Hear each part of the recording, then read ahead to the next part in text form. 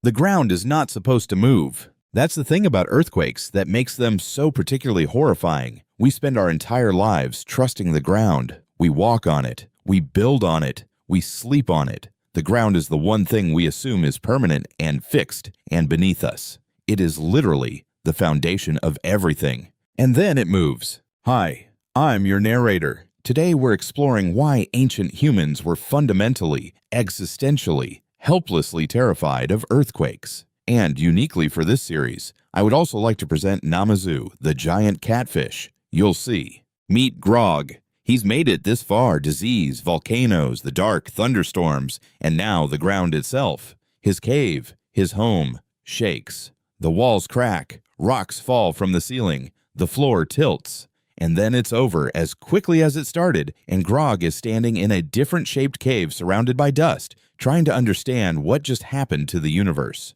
Earthquakes are uniquely terrifying because they attack the cognitive assumption of stability. With a volcano, you can see it. With a storm, you can feel it coming. With disease, at least you have a body to point at. An earthquake gives you no warning and attacks from below. It takes the most fundamental assumption you have about the world, that the ground doesn't move, and makes it wrong, briefly, without explanation. The ancient explanations for earthquakes were remarkable in their variety. The universal thread was the same as with volcanoes. Something enormous is happening underground, and enormous underground things require supernatural scale. In ancient Greece, Poseidon was the god of earthquakes, the earth shaker. This might seem strange since Poseidon is more famous as the god of the sea, but in Greek cosmology, the sea and the earthquake were connected. The movement beneath the earth and the movement of the ocean were the same force. Poseidon would strike the earth with his trident, and the ground would shake. He was also famously temperamental. This combination made him quite a lot to deal with.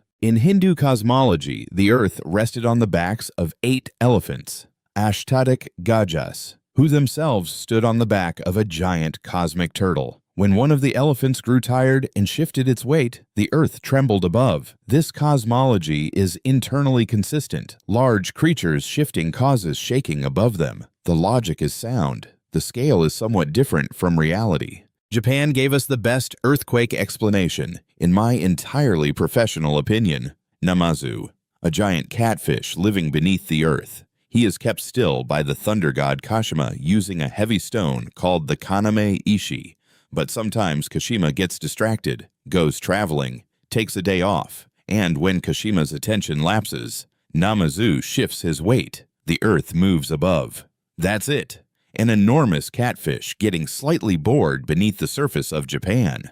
Namazu is, in the context of pre-scientific explanations for earthquakes, genuinely endearing. He's not evil. He doesn't want to cause earthquakes. He just wiggles. After major Japanese earthquakes, there was a tradition of holding Namazu accountable. Special catfish prints, Namazu-e, showed Namazu being chastised by the gods for his moment of inattention. Sometimes they showed Namazu apologizing. There is something deeply humanizing about the concept of a repentant earthquake catfish. Native American traditions across multiple cultures saw the earth as a living being. The movements of the ground were the breath, heartbeat, or shifting of this enormous living entity. You didn't explain why a living being moves. Living beings move. The earth was alive and occasionally reminded you of this. Norse tradition suggested that the earthquakes were caused by Loki, the trickster god who was imprisoned beneath the earth by the other gods. His wife Sigyn caught the venom of a serpent above him in a bowl, but when she had to empty the bowl, the venom dripped onto Loki's face. His writhing in pain caused the earth to shake.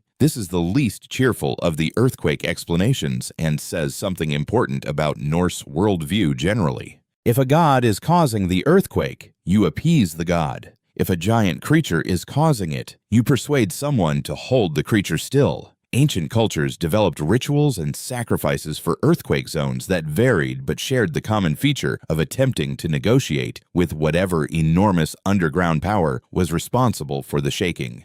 Then came 1755, and everything changed. The Lisbon Earthquake struck on November 1st, 1755, All Saints' Day, one of the holiest days in the Catholic calendar. The earthquake itself was estimated at magnitude 8.5 to 9. It struck at 9:40 in the morning, when most of Lisbon's population was in church. The churches, stone, old, crowded, collapsed.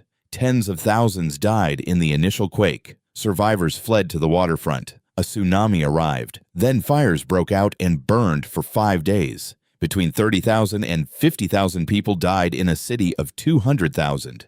The theological problem was paralyzing. This was All Saints' Day. The people were in church. God's house collapsed on them. Religious leaders said it was punishment for the city's sins. But this was one of Europe's most devout cities. They were literally praying when it happened. Enter Voltaire. François-Marie Arouet, writing as Voltaire, was the greatest satirist of the Enlightenment. The Lisbon earthquake horrified him. His poem on the Lisbon disaster, directly challenged the philosophical optimism of Leibniz's best of all possible worlds. How could a god who arranged the best possible world allow this? His later novella Candide, one of the most famous works of Western literature, satirizes philosophical optimism with the Lisbon earthquake as a central event. Voltaire didn't have the science, but he insisted the question had to be asked. The New Madrid seismic zone, centered in Missouri, produced a series of earthquakes in 1811 to 1812 that were among the largest in North American recorded history. The quakes were so strong they temporarily reversed the flow of the Mississippi River. They caused sand blows, sand and water shooting from the ground as if from geysers. They rang church bells in Boston, 1,000 miles away. They were so disorienting that survivors reported the sounds of the earth itself groaning. The San Francisco earthquake of 1906 struck at 5:12 in the morning and lasted approximately 45 to 60 seconds. The earthquake itself was devastating, but the subsequent fire, triggered by broken gas mains and hampered by broken water mains, burned for 3 days and destroyed more of the city than the quake itself. Approximately 3,000 people died. The city of San Francisco, in a remarkable example of civic denial, officially underreported the death toll for years to avoid discouraging investment. The science came in pieces. Aristotle proposed that earthquakes were caused by underground winds, pneuma, compressed in caves beneath the earth and seeking escape. This was wrong but observational. He noticed that earthquakes tended to occur in certain areas and tried to explain the pattern. Zhang Heng in China invented the seismoscope in 132 AD, a bronze vessel with a pendulum inside that would drop a ball in the direction of an earthquake's origin. It worked. It was 1,800 years before the West caught up.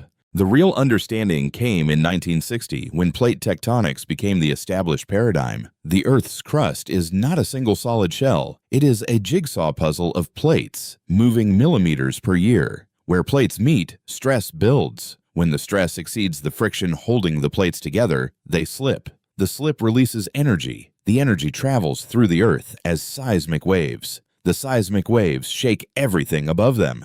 We can measure earthquakes precisely. The Richter scale, developed in 1935, was replaced by the moment magnitude scale, which more accurately measures the total energy released. The difference between a 7.0 and an 8.0 earthquake is not a 14% increase in energy. It's 32 times more energy. Each full magnitude step is 32 times the energy of the previous. This is why the scale numbers seem modest and the consequences seem catastrophic. Can we predict earthquakes? We cannot. This is one of science's outstanding, honest admissions. We can identify zones of high probability. We can detect foreshock activity. We can sometimes issue warnings of days or hours. Japan's early warning system, the most advanced in the world, detects P waves, the first, less destructive wave type, and issues warnings seconds before the more destructive S waves arrive. Seconds matter enormously. Trains stop. People duck and cover. Some people survive who otherwise wouldn't. But we cannot tell you when. We cannot tell you the date and time of the next major earthquake in a seismic zone. The earthquake does not announce itself. The ground is going to move. We still don't know when. Grog knew this. He didn't know the science. He didn't know about plates. He didn't know about P waves or S waves or moment magnitudes. He just knew that the ground moved without warning and took everything with it, and that there was absolutely nothing you could do about it. He was right about that part. He was more right about that than we'd like to admit. The giant catfish, on reflection, was at least an explanation, and Namazu, for the record, had the decency to apologize.